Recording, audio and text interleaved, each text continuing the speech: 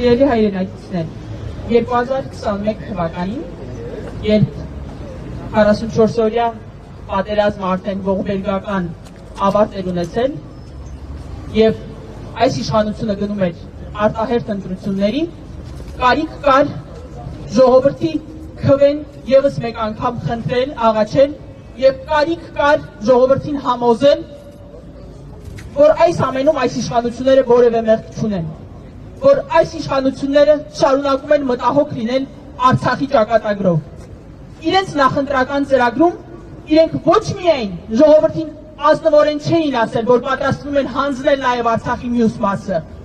այլ ներկայացրել էին, որ պատրաստվում են պահանջատեր լինել եւ դեօկուպացնել Շուշին եւ Հադրութը։ Եվ իրենց նախընտրական ծրագրերում, եւ այդ նախընտրական ծրագիրը, որը հիմք է հանդիսացել իրենց կառավարության ծրագրում, նրանք խոսում են արցախցիների իրավունքների պաշտպանության մասին, Արցախի ինքնորոշման իրավունքի մասին եւ նույնիսկ Շուշի եւ Հադրութի դեօկուպացիայի մասին։ Ավելին, նույնիսկ սրանից 1 տարի առաջ, երբ տարբեր լրագրողներ դիմում էին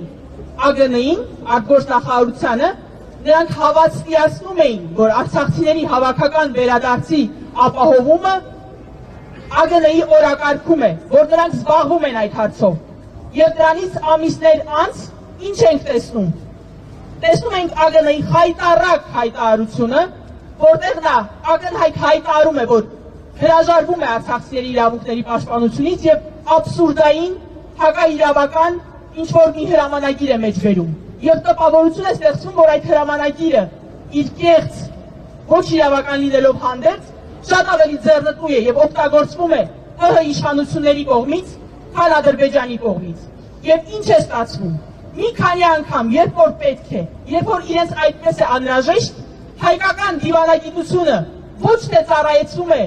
ի օգուտ հայկական շահի,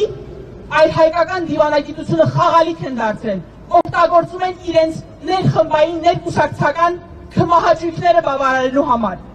Թույլ չենք տալու, որ եւս մեկ անգամ ստեք ժողովրդին։ Ուր է ձեր 2021 թվականի խոստումները։ Ուր է այն, ինչ նույնիսկ 1 տարի առաջ, երբ արդեն Արցախը բռնի տեղահանվել է, երբ Արցախի էթնիկ զտումը, բռնի տեղահանությունը տեղի էր ունեցել,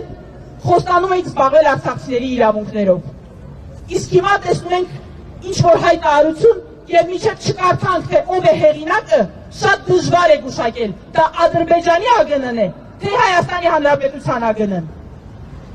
Ձեր ծրագրով 2021 թվականի ծրագրով դուք եւս մեկ անգամ խաբել,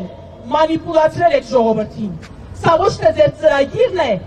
այլ եւս մեկ սև թուղթ, ստի թուղթ, որը օգտագործել եք միմիայն ձեր իշխանությունը պահելու համար եւ որի ոչ մի կետը հանուն հայ ժողովրդի շահերի չեք իրականացնում։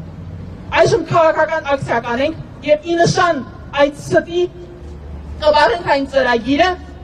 որը ոչ թե հայկական շահը սպասարկելու համար էր, այլ հայ ժողովրդին, Հայաստանի Հանրապետությանը եւս մեկ անգամ ստելու եւ խաբելու համար էր։